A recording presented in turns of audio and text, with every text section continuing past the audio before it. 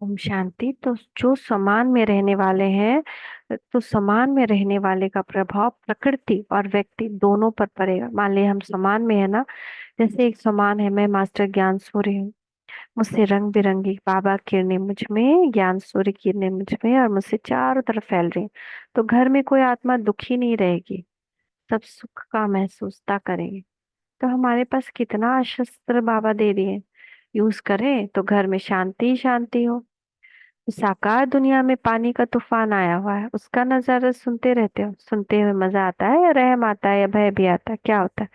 कभी भय लगता है, कभी रहम आता है। पांडवों को भय लगता है, रहम आता है या मजा आता है? भय तो होना नहीं चाहिए। नहीं, ये तो पढ़े थे ना, मैं शिव शक्ति हूँ, कंबाइंड हूँ। अगर ये स्मृति रहेगी तो कई गुना भयानक दृश्य होगा, लेकिन हम फेल नहीं होंगे, हम निर्बल नहीं होंगे। और दूसरे भी, जो प्रकृति है वो एक फुट पहले ही सारी चीजें रुक जाएंगी। तो बाबा बता रहे हैं, मैं मास्टर की शक्ति द्वारा ही तो प्रत्यक्षता का पाठ बजना है ना। ऐसे नजारे होंगे जहाँ काले मृत्यु होगी, ऐसे समय पर नथिंग न्यू का पाठ याद रहना चाहिए। मैं हूं ही विश्व परिवर्तक। तो ये जब स्मृति रखकर चलेंगे तो तूफान से निकलने के लिए अपनी ये स्मृति रख करके साधना साधन परिवर्तन शक्ति को बढ़ाना है। इसका जो विषय बैलेंस रहेगा ना, किसका बैलेंस? साक्षीपन का बैलेंस और तरस का बैलेंस, दोनों का बैलेंस। तो उस समय जो होगा हमारा वो मर स्टेबल स्थिति होगी। नगाड़े बजेंगे चारों तरफ, शक्ति बाबा कह रहे ऐसे में बढ़ाओ। तो बाबा कह रहे सम्मान में स्थित होना ही सर्व खजानों की और खुशी की चाबी है। आज की सभा समान में स्थित रहने वाले सर्व को स्वभावना से देखने व हर आत्मा के प्रति शुभ भावना रखने वाली है। ये तीनों ही बातें स्वयं के प्रति समान और औरों के प्रति स्व की भावना और सदा शुभ कामना, ऐसी स्थिति सदा सहज रहती है। सहज रह उसमें स्थित रहना और मेहनत से उस स्थिति में स्थित होना, इसमें फर्क तो जानते हैं। वर्तमान समय स्थिति सदा सहज और स्वतः होनी चाहिए। अपने को चेक करो कि सदा और स्वतः ही वह स्थिति क्यों नहीं हो पाती। इसका मूल कारण है समान में स्थित नहीं रहते। उस समान एक शब्द प्रैक्टिकल जीवन में धारण हो जाए तो सहज ही संपूर्णता को पा सकते हैं। समान में स्थित होने से स्वतः ही सब प्राप्ति स्व की भावना और कामना हो जाएगी। ये समान में स्थित होना पहला पाठ है। मैं प्रेम स्वरूप आत्मा हूँ, मैं शांत स्वरूप आत्मा हूँ। तो क्या होगा? अगर हम समान में स्थित है तो कोई भी चीज हमको अशांत नहीं कर सकती है। समान में स्थित होना ही जीवन की पहेली को हल करने का साधन है। आदि से लेकर अभी तक इस पहेली को हल करने में ही लगे हुए हो कि मैं कौन हूँ। जब तक यही नहीं पक्का हुआ कि मैं आत्मा हूँ, तब आगे कैसे बढ़ेंगे? तो शुरू में जब स्थापना का कार्य आरंभ हुआ तो सबको क्या सुनाते थे? व्हाट एम आई, अर्थात मैं कौन हूँ। इस बात की इतनी स्मृति पक्की थी कि सब लोग जानते थे कि इन सब का एक ही पाठ है, व्हाट एम आई। वही एक पाठ अब तक चल रहा है, इसलिए इसको पहेली कहा जाता है। अब इतनी छोटी पहेली ने ऊंचे से ऊंचे ब्राह्मणों को भी पराजित कर दिया, पजल अर्थात व्याकुल भ्रमित कर दिया, अर्थात संपूर्ण रीति से हल नहीं कर पाए। समान के बजाय देह अभिमान और अन्य आत्माओं के प्रति अभिमान की दृष्टि हो जाती है। तो क्या कहें? क्या आप पहेली हल कर लिए? क्या अभी तक हल ही कर रहे हो? मैं कौन हूँ, इस एक शब्द के उत्तर में सारा ज्ञान समाया हुआ है। यह एक शब्द ही खुशी की खजानों की, सर्व शक्तियों की खजानों की, ज्ञान धन की खजानों की, श्वास और समय की खजानों की चाबी है। तो चाबी तो मिल गई ना।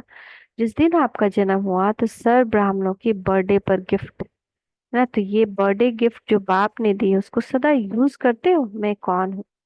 तो सर्व खजानों से संपन्न सदा के लिए बन सकते हो। तो ऐसे सर्व खजानों से संपन्न आत्मा के दिल में खुशी की उमंगों में हर समय कौन सी आवाज निकलता है? मुख का आवाज नहीं, दिल का आवाज क्या निकलता है?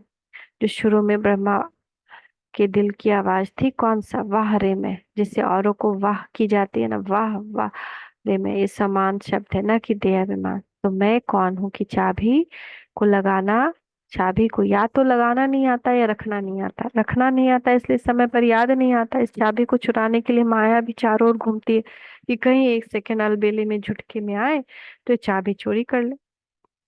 जैसे आजकल डाकू बेहोश करते हैं, ऐसे माया भी समान का होश अर्थात स्मृति गायब कर बेहोश बना देती है। इसलिए सदा समान के होश में रहो। अमृत वेले स्वयं को स्वयं ही पाठ पक्का कराओ, अर्थात रिवाइज कराओ, मैं कौन हूँ।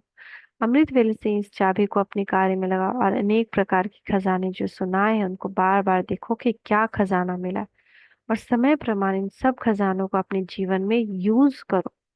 जैसे कल सुनाया ना, सिर्फ बैंक बैलेंस नहीं बनाओ, उसको काम में लगाओ, तो सहज ही जैसी स्मृति वैसी स्थिति हो जाएगी। जैसे कल पहले का यादगार शास्त्र में लिखा हुआ है, बाप के लिए कहते हैं मैं कौन हूँ, तो सर्व में श्रेष्ठ का वर्णन किया। ऐसे ही जैसे बाप का ऊंचे से ऊंचे भगवान का गायन है, तो भगवान बाप का क्या गायन करते हैं? ऊंचे से ऊंचे बच्चे। ऐसे अपने ऊंचे अर्थात श्रेष्ठ समान को सदा याद रखो कि ऊंचे बाप के भी बालक सो मालिक है। स्वयं बाप हम श्रेष्ठ आत्माओं की माला सुमरन करते हैं। बाप की महिमा आत्माएं करते हैं, लेकिन आप श्रेष्ठ आत्माओं की महिमा स्वयं बाप करते हैं। सर्वश्रेष्ठ आत्माओं के सहयोग के बिना तो बाप भी कुछ नहीं कर सकता। तो आप ऐसे श्रेष्ठ सम्मान वाले हो, बाप को सर्व संबंधों से प्रख्यात करने वाले व बाप का परिचय देने वाले आप श्रेष्ठ आत्माएं हो। हर कल्प में ऊंचते ऊंच बाप के साथ ऊंचते ऊंच पाठ बजाने वाली हो। सबसे बड़े सम्मान की बात तो यह है कि संगम युग पर बाप को भी अपने स्नेह और संबंध की डोर में बांधने वाले हो। बाप को भी साकार में आप समान बनाने वाले हो। बाप निराकार रूप में आप समान बनाते हो, और आप निराकार को साकार में आने से उसे आप समान बनाते हो, और आप स्वयं बाप की सर्व महिमा के समान बनते हो। इसलिए बाप भी कहते हैं मास्टर हो। तो अब समझा कि मैं कौन हूँ। जो हूँ जैसा हूँ वैसा ही अपनी को जानने से सदा समान में रहेंगे। देह अभिमान से स्वतः ही परे रहेंगे। समान के आगे देह अभिमान आ ही नहीं सकता। तो अपने बर्थडे की गिफ्ट को सदा अपने पास रखो, अलबेलेपन में भूल नहीं जाओ। इससे ही स्वतः सहज और सदा सर्वप्रति स्व की शुभभावना और शुभ भावना रहेगी। समझा? पहेली तो सहज है ना, समझदार के लिए सहज है, और अलबेली आत्माओं के लिए गुह्य है। तो आप तो बेहद के समझदार बच्चे हो, सिर्फ समझदार नहीं लेकिन बेहद के समझदार बच्चे हो।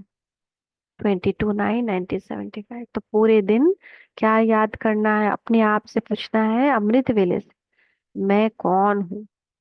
कौन हूँ मैं? सोचें, इसकी गहराई में जाए, मैं कौन हूँ। ये बहुत बड़ा साधना का चाबी है। जब हम इसी प्रश्न के साथ बैठ जाएंगे, मैं कौन हूँ, इसको सोचना, तो बहुत सारी चीजें बाहर निकल के आएंगी। ये सारे विकारों से भी छूटते जाएंगे। Thank you Baba, thank you, शुक्रिया बाबा, शुक्रिया। ओम शांति।